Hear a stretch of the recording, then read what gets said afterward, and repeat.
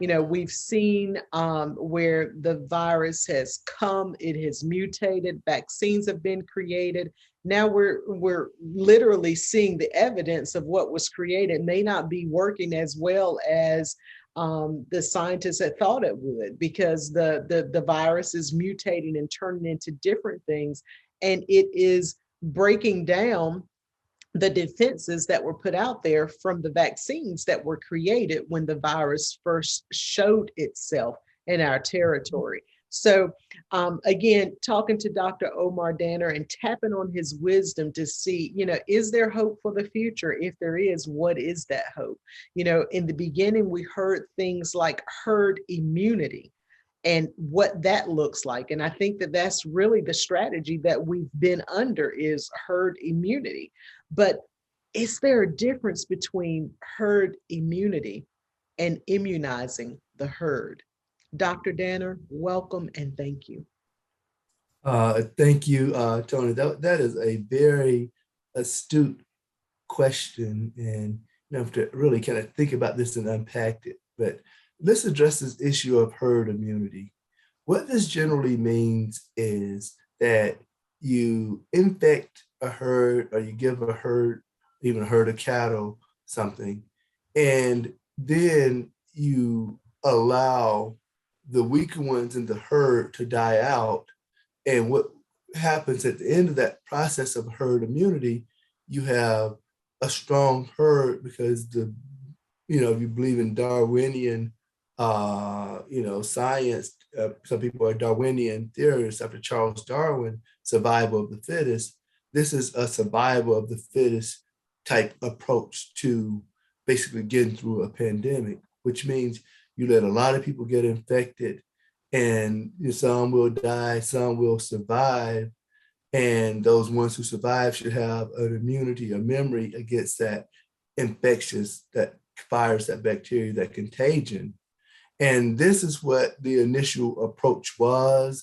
This is why, people were told to go and quote shelter in place or go back home when they knew they were infected, getting whole households infected, which I think is very flawed, is very wrong, and it is frustrated. It's frustrated and flustered many members of the medical community. A lot of people are still angry about what really transpired, and we don't think that that's actually the best thing to do, and it's definitely not the only thing to do.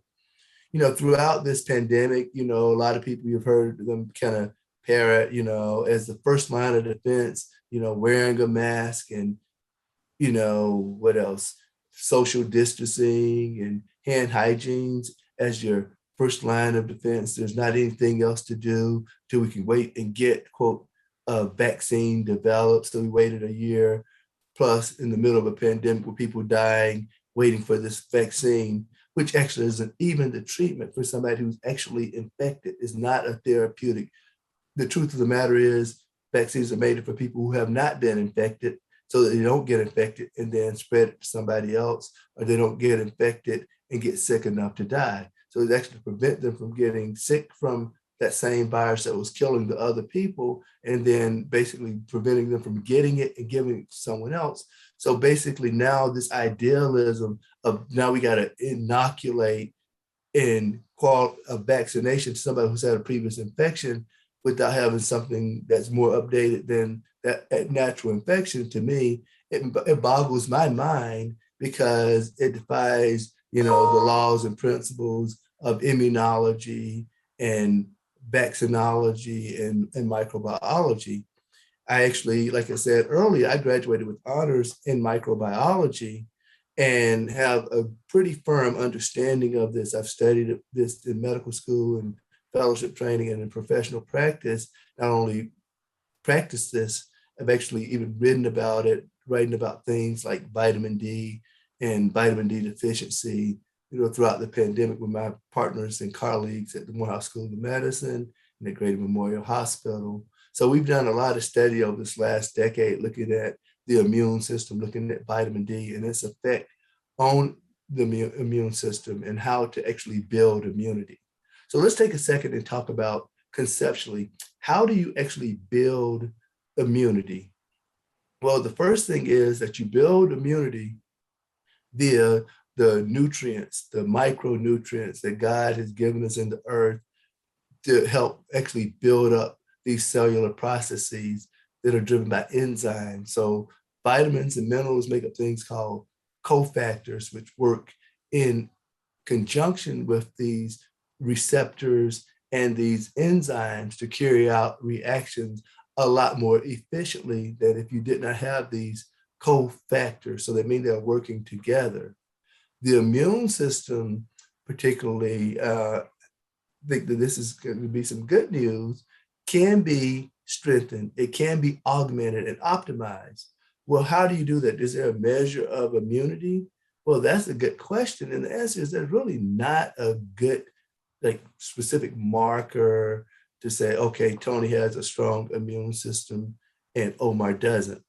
So, well, what do we have to use then? Well, we use what's called surrogate markers. There are certain like mediators that we can measure and say that somebody's not having like, you know, a high inflammatory state, like the erythrocyte sedimentation rate, we call ESR, or the C-reactive protein, some of these called inflammatory mediators. That's one way of looking at it, and that's kind of the coarse, gross way that modern medicine, you know, has approached this. But let's talk about particularly one substance, one hormone, and then some other natural approaches to basically building your immune system, things that you can do yourself. And that is namely, principally vitamin D. Vitamin D is a naturally occurring hormone that's produced in the skin via the actions of sunlight on the cholesterol, converting it to cholesterol, and then down a pathway to vitamin D to cholecalciferol, which is vitamin D3 or 25 hydroxy vitamin D. But cholecalciferol actually is vitamin D3, which goes to the liver and gets hydroxylated to what's called 25 hydroxy vitamin D. That means it has a hydroxy or OH group attached to it for anybody who's ever taken any chemistry. And so that hydroxy group in that 25 position makes the circulating form of vitamin D. So there are two forms of vitamin D that occur in nature. There may be others, but the principal two that we talk about are vitamin D2 and vitamin D3. Vitamin D3 is the form that's used by animals. Humans are animals, so animals and humans use vitamin D3. Plants and fungus, they use vitamin D2, and that's what they produce. So sometimes doctors who don't believe it will give you a vitamin D2 tab, but it only has 15% of the effect of the naturally occurring form. So be careful and cognizant of it. They're not all of a sudden smarter than the rest of us or anything like that, or smarter than God who created this pathway and process. So understand that vitamin D historically was used to prevent or treat rickets, actually in little kids who lived over in the UK, over in, you know, London, who basically lived between buildings and never got sun. They found they had these weak bones that were more subject to fracture and bowing, so bow-legged, and had all these other kind of bony abnormalities. This was actually treated by putting milk in a vitamin D in milk. So we call it pasteurized and fortified. So you look at milk as fortified with vitamin D, and that's where we add a lot of different nutrients. But the dose, the level, 400, you know, international units, then it was increased to 600, now 800, now maybe up to 1,000, was to prevent rickets and weak bones, soft bones in little, you know, kids in England, and not maybe necessarily Africa or other places, or China, or, you know, anywhere else. So that's what those numbers are based on. And so, you know, generally to prevent it, you know, I think we've done a good job of treating all races around the world and preventing that condition in areas that are, quote, westernized. And that problem has essentially gone away. So we very rarely see it except for in a malnourished, undernourished child. On the other hand, that's called the classical effect for vitamin D. It's for calcium and phosphorus and magnesium, or we call mineral metabolism or bone metabolism and mineralization. There's also what would be considered a non-classical response, and as we studied this non-classical response, we talk about it's called a paracrine response. It's really what's called a local response. Hormones typically are produced in one place and act at a distance from where they're produced. And that's what we are used to in kind of basic physiology, endocrinology that we've learned. However, there's something called a paracrine response. Paracrine means local. And so vitamin D in adequate levels, which adequate level or sufficient level is above 30 nanograms per mil or 75 millimoles per liter if you're, using the English metric system, over, say, around in Europe and Canada and other countries, they use millimoles versus, nanograms. And so the conversion of that, unit to millimoles is multiplied the American version by 2.5. You can generally convert these numbers over, but we'll stick to the 30 being sufficient and 40, above 40 being normal for vitamin D, for 25 hydroxy vitamin D. That is the level that we use as a surrogate marker for sufficiency or our circulating form of vitamin D in the bloodstream. The thing that is important for you to know is that vitamin D is the master control hormone for the entire immune system. When the levels are adequate, the body can mount a very coordinated and robust response.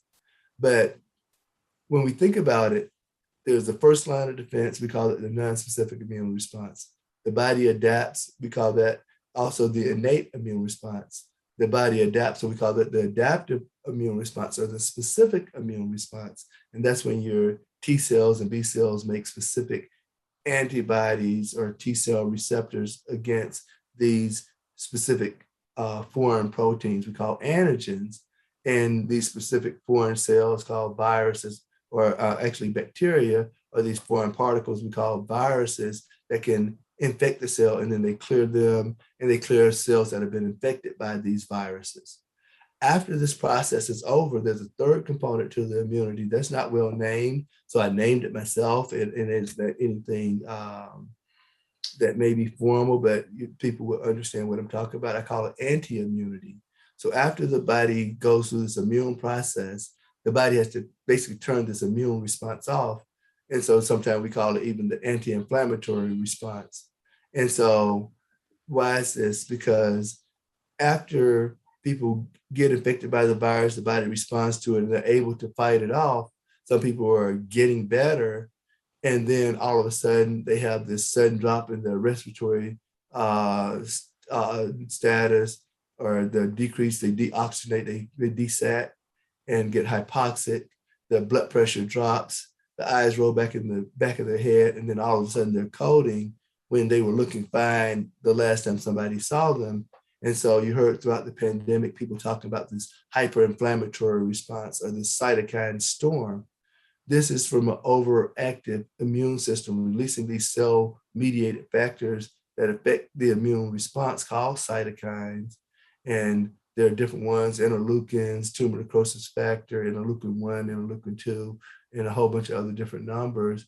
And then tumor necrosis factors that causes the blood vessels to relax, the heart to relax, and the blood pressure to really be very low. And so this hyperinflammatory response may in fact be the reason that a lot of people have died throughout the pandemic. So when people have a low vitamin D level, what you need in order to activate vitamin D is actually a activation of what's called the 1-hydroxylase. So then it converts the bioactive, the circulating form to the active form, or the bioactive form is what we would really say. And that's 125 dihydroxy vitamin D, calcitriol. And so some people, we call it rocaltrol, when you have different types of problems in the hospital. Sometimes we may have to give injectable vitamin D, which, it may not be available in all hospitals, but it is actually something that could be administered in the acute setting.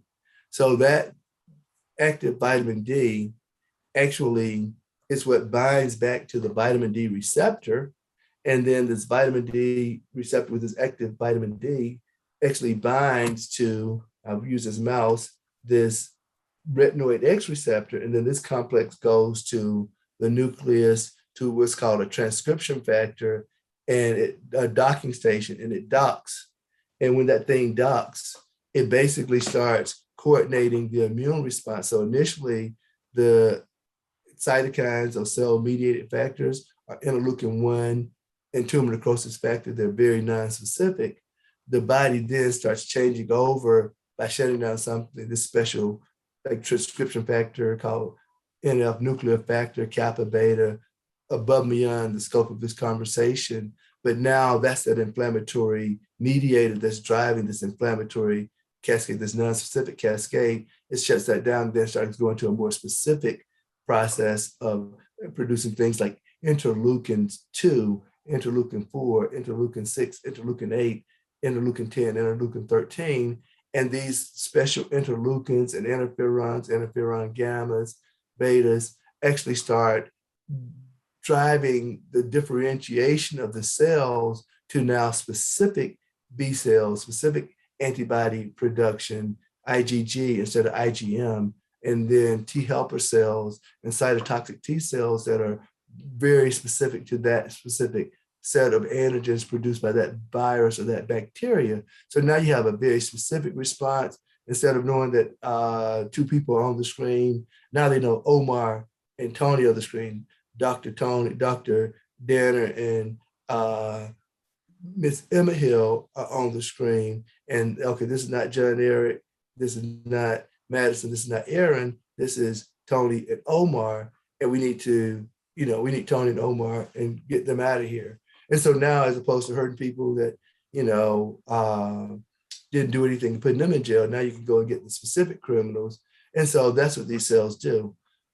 When you have basically a virus infection, it's like having, say, a group of terrorists that are coming, are foreign invaders. So now you don't just need your local police, you got to call in your army, you got to call in your Marines, you got to call in your real fighting force. Once the Army and Marine are there, they arrest the situation, they remove those terrorists, or something else we may call them later, but we'll leave that alone.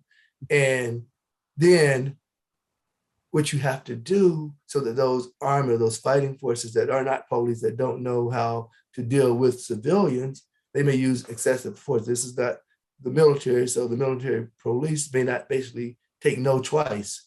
So we have to actually remove the military from that area before they start causing harm and damage, which is kind of going back to the days before the revolution and the Boston troops marching around, or the British troop marching around Boston, the famous, Tea Party. And that was what that was all about. So it escalated up to what we call the Revolutionary War. So we basically, in our Constitution and our doctrines, remove the troops from American soil because we know that troops on the American soil among civilians can lead to, dire and sometimes even deadly consequences.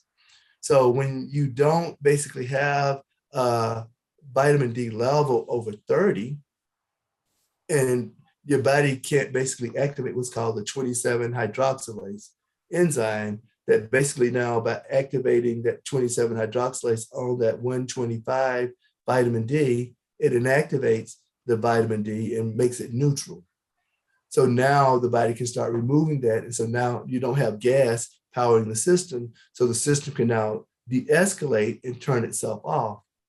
This is key and paramount to an effective immune response. So people who have a lower vitamin D level, which a lot of Americans do. This is not a uniquely Black or African-American problem or Hispanic or darker Hispanic or darker Indian problem. Most people who are in the modern society, we move from the industrial age to the technological age or information age, work in an office building, and they're not getting enough sun. Vitamin D is converted in the skin. For those who say, I'm just going to stay in the sun for a little while, just so you'll know, it's converted during the hours of 11 and 3 optimally during the months of like April to the beginning of October, and better below the 32nd latitude. So this means you have to be in the sun for at least 30 to 60 minutes. A fair-skinned person, Tony, who doesn't have any melanin in their skin in an hour would produce roughly about 20,000 international units. If they went in the sun every day during this period to build up a reserve. Darker skinned person may produce half that much depending on the shade and pigment because the melanin in the skin blocks the conversion. And that's why Black people tend to have a lower level at baseline. And then we're indwellers. A lot of people aren't going and sitting out in the sun, particularly when it's hot like that because they're not in our DNA or culture. And so we tend to be sometimes when we measure these vitamin D levels down in the gutter with the vitamin D levels of 4, some people even undetectable. So by getting the vitamin D level up to over 30, not only can you mount a response, you can turn it off when it counts, but it's just one aspect of that immune system. The other multivitamins, the B vitamins, particularly like B6, actually helps with interleukin production and antibody production, along with these cellular factors like selenium that actually works as cofactors for this immune response to work. So in addition to having a D3 multivitamin, you need actually a D3 vitamin, which has some vitamin D in there, but that to prevent rickets, you need levels that will augment and optimize your immune response, which actually means levels over, like I said, 30 is sufficient, over 40 to 50 is normal. So 30 is like being a D student. If that's what your aspiration is, then, shoot for it. There's no harm in it. Being higher, the true therapeutic ceiling for vitamin D is really 150. So 50 to 100 is perfectly safe. Some people misrepresent it. That's on them, but just, hey, this is the physiology of it. So having a level of 40 or 50 give people extra points. It's like having a B or 50B and maybe an A. It really is a 40 or 50, and it's really subnormal, suboptimal, but it's enough to do what the body needs. So a real good athlete, a lot of times have vitamin D levels in the 50. It controls muscle development and performance, and these individuals are actually able to perform very exceptionally. So vitamin D is the master control hormone for the entire immune system, but this one shot, one trick pony is not the answer. Nobody's saying that this is the panacea cure-all for all human problems. It works in conjunction, in concert with the other multivitamins, vitamin A, vitamin, which is actually what the retinoid X receptor is made from and with, and that complex with to go to the nucleus. The B vitamins power most of the immune response together in concert. So the B vitamins, a multivitamin, healthy multivitamin, is critical to be taken in conjunction with vitamin D to optimize your immune system. These things together actually will strengthen the immune system, but this is not the end of the story. So, one of my friends, Dave Dixon, told me one time, one of my favorite statements, a lot of people are on, quote, do I take a multivitamin? I think I'm fine. Well, the truth of the matter is the vitamin, mineral industry, supplement industry isn't regulated. So there's a company, Pharmanex, that is made of 70 plus ethnobotanists, scientists who really study this stuff under the label and under the corporation of New Skin, that basically acquired them several years ago, a decade or two ago, and have supported them. They have state-of-the-art research lab with these state-of-the-art scientists that actually study this, and not only study how to purify it, they go around the world to source and find the best product, and study it, go to Okinawa, to the Blue Zone, to the Pacific Northwest to find the best product, down to Peru, to purple corn of Peru. A lot of these things have medicinal purposes, even to China. There are things like the reishi mushroom from Gangaderma luciferum that actually have been used for thousands and thousands of years to treat people and keep them from getting infections and surviving these different ages, different stages that we've gone through, as mankind on this earth. So in addition to, say, vitamin D and a multivitamin, and understand this multivitamin thing, there are 4 things I want to talk about. One we talked about already, that's the purification. So after you source it, you got to purify. You got to make sure you get the right thing and remove the impurities.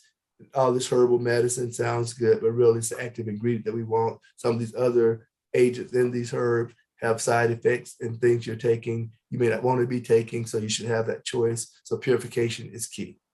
Second thing is active ingredient. So as opposed to putting something else in after I say I'm giving you vitamin B6 or B1, thiamine or folate, putting something else in, basically there's two issues. So one is the actual putting in the active ingredient. So a lot of the CBD products, for instance, have 2 or 3% CBD and the rest of it just filler, just fluff. So you have to be careful, but it's not regulated.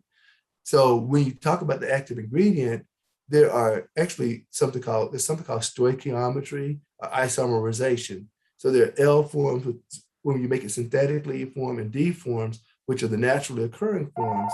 Some of these forms, like the L isomer versus the D isomer, the D isomer is what humans use, and it actually is more potent, it has more efficacy in the body. So every supplement isn't created the same. So the ethnobotanists make sure that the form that works best in the body is put in as the active ingredient in the product sourced by Pharmanex under particularly like Life Pack Elements, Life Pack Nano, and we'll talk about those a little later. And even jungles, which are the ones that are for kids. So you have purification, you have to have not absorption, but active ingredient quality, and then content. So as opposed to diluting it down after we get this good thing that's going to work for you, Tony, now I'm going to give you 1% or 10% or 20% of it, and you think you're getting the whole thing. Well, I'm going to do that. Why do I do that? Well, decrease the price. I can mass market. I could give you less, sell it for a lower price. It looks attractive to you. But the question is it actually doing anything for you? This is the problem. This is where, as you know, minorities, Black, brown people, or people in America, Americans, Canadians who want to basically practice health and say, well, you know what? You're right. I want the right thing in my body. So you have to have the right level of nutrients over time because we don't get enough in our foods, even if you're eating a healthy, balanced diet to really meet the body's real needs. So all those days, all those years that you have not been actually eating this perfectly balanced diet, understand that you've created what's called a nutritional deficit or a nutritional debt. And this micronutrient debt is the thing that I think is associated with or correlated with these diseases, chronic diseases that are more prevalent in underrepresented groups and minority different groups and westernized cultures that lead to the development of increased risk associated with this coronavirus and others infectious diseases, because it's those micronutrients, the same ones that lead to the development of diabetes and hypertension, are also the same ones that may be associated with a weakened immune system or weakened immunity. And this is where there's an incredible opportunity. So not only do you need to eat right and exercise with a properly balanced diet, my great revelation is that you need to supplement on top of basically eating that balanced diet to pay that nutritional debt that was pre-existing before, whether it's a car accident, a fall, or some infection or some other, development, whether it's cancer or something else. But you got to fill that debt to make the cells strong so the body can actually do what it needs to do to fight it off, to get you back to a state of health and a state of wellness. So vitamin D, multivitamin. Now, the other thing that we do know from the standpoint of fighting off a virus is that you got to slow it down. This virus, the Delta variant, the Lambda variant that's coming, is replicating really, really fast. There was a study by Dr. James Robb at Colorado Health. You can go and Google it. It was probably 1976. You can find it on Google. He studied this. And what he showed was that zinc slows down viral replication. There's another study out of the Cleveland Clinic where they looked at 50 employees that took the cold each, which actually has zinc, and 50 that didn't. And they actually showed that the group who took the cold ease every 2 hours, which is a 13 milligram tab for 6 weeks over the period of this cold season, had a decrease in their prodromal or acute respiratory illness from 7.7 days to 4.4 days. So about a 3-day decrease. The original remdesivir studies actually only showed patients who had taken zinc, and zinc already decreases that prodromal period by 3 days. So when the World Health Organization repeated the study with remdesivir, they showed that it did not work. It did not decrease the course of the virus. it was used for the Ebola virus, but it has really no true effect or impact in the coronavirus, or it may be minimal, but you have to wait till you get really, really sick in the ICU. Whether it makes a difference or not, I don't personally know. The data doesn't bear it out, but it's still one of the leading agents. And this stock isn't actually to address hospital medicine and what works or not. So, we'll leave it at that. But taking zinc is something you can do naturally outside of the hospital system and you can control. You just need adequate levels. But if you're infected, you need therapeutic levels. So the other thing, Tony, is to understand the difference between prophylaxis and then therapeutic. So prophylaxis is to prevent. If you actually have a real problem, you need to treat a real problem. So my general recommendation for zinc is 50 milligrams 2 times a day or 3 times a day if you're infected for 2 or 3 weeks. If you're not, you take it just prophylactically or taking it at all, or not taking it at all, it's less than 50. It's probably enough in a multivitamin to basically cover people to make sure they're okay. Throughout the pandemic, we recommended 50 milligrams because that way people actually have a bottle and adequate levels if they were to get infected, as opposed to having to search for it when they needed this valuable supplement in the midst of a infection in a pandemic. But taking zinc in conjunction with a multivitamin and then vitamin D. Well, a lot of people say, Tony, well, how much vitamin D do I take? Well, how do I get a level of 30? Well, in one study, they looked at people in a nursing home, they gave them 5,000 units and for 12 weeks, and they remeasured. In the other group, they didn't.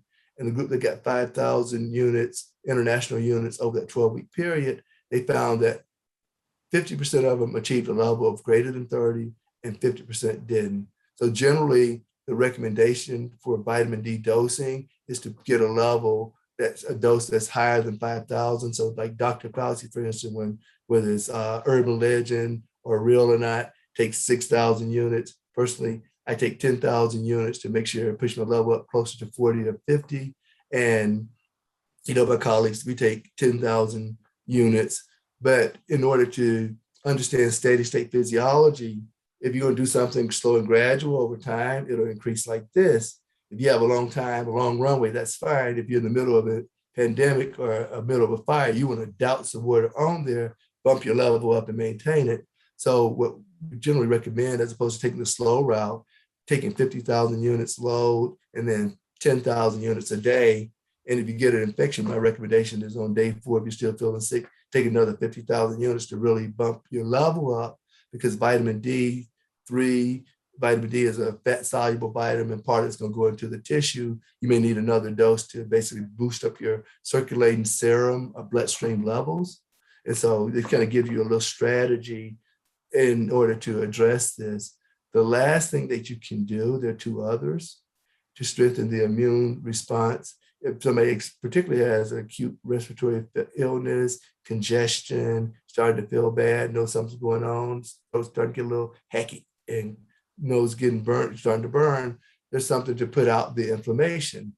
So a lot of people think in terms of, there are 2 types of issues. There's one is the antioxidants, those oxygen-free radicals that the body releases to fight off an infection.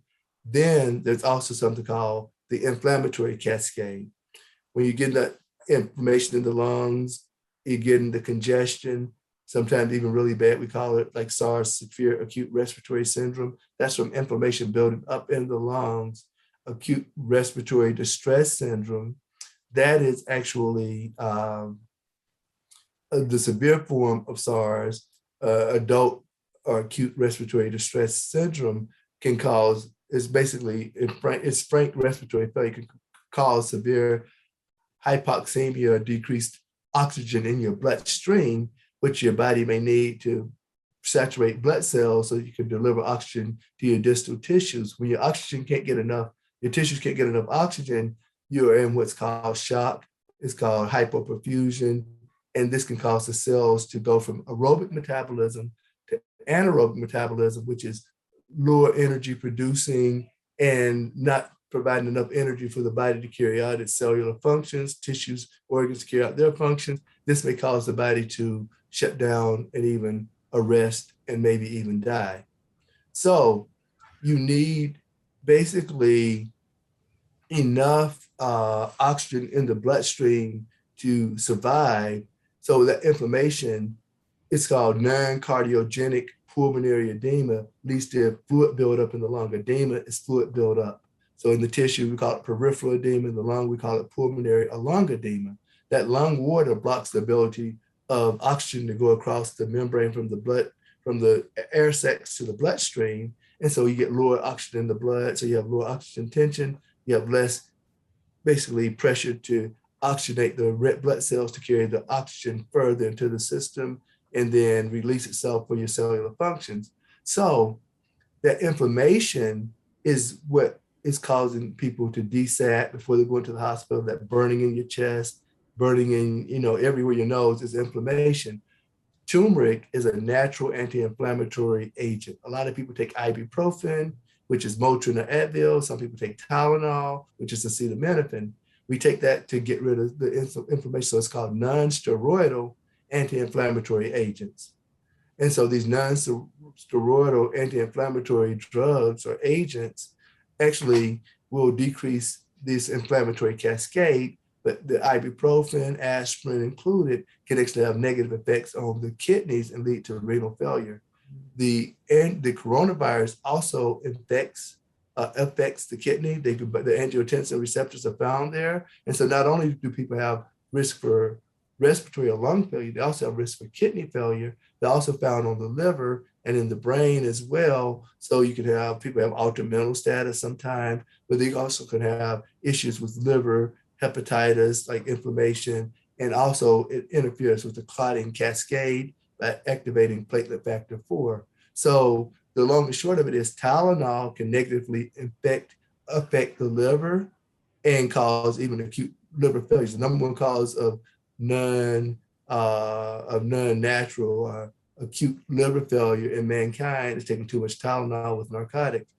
The number one cause of medication-induced renal failure are your non-steroidal anti-inflammatory agents like ibuprofen and things like Aleve, and there are a few others out there. But nonetheless, the anti-inflammatory effect is what's needed because people are feeling the pain and the congestion. And so turmeric, 500 milligrams, 8 milligrams, but really 500, 600 milligrams, once a day for prophylaxis, twice a day for therapeutic reasons, is what we've used in our regimen. We call our immune enhancement strategy in the 100 Black Men of America. So turmeric along with zinc, vitamin D, and multivitamin to basically retard this coronavirus infection, the actual symptoms, the manifestation and the ramifications of this virus and its impact on the body. So, I know that's a lot, but just remember, multivitamin with vitamin D are the primary things. Zinc, if you actually have an infection at higher doses, but just enough to keep your body adequate, is fine. Turmeric is something good to have, whether you take it as needed or take it, particularly if you have an infection to get rid of the inflammation, I think it's perfectly fine. There are 1,000 milligram tabs. Sometimes we see it, what's the difference? I've tried them. They're too heavy on my stomach. I just really couldn't tolerate them at all. So I have a bottle. Somebody wants it out, I can give away one bottle. Sounds good. I mean, that's just incredible information, so enlightening and enlivening to give people hope in this season that what you're seeing is real, and you do need to take a proactive approach to being able to combat this virus and keep your family safe.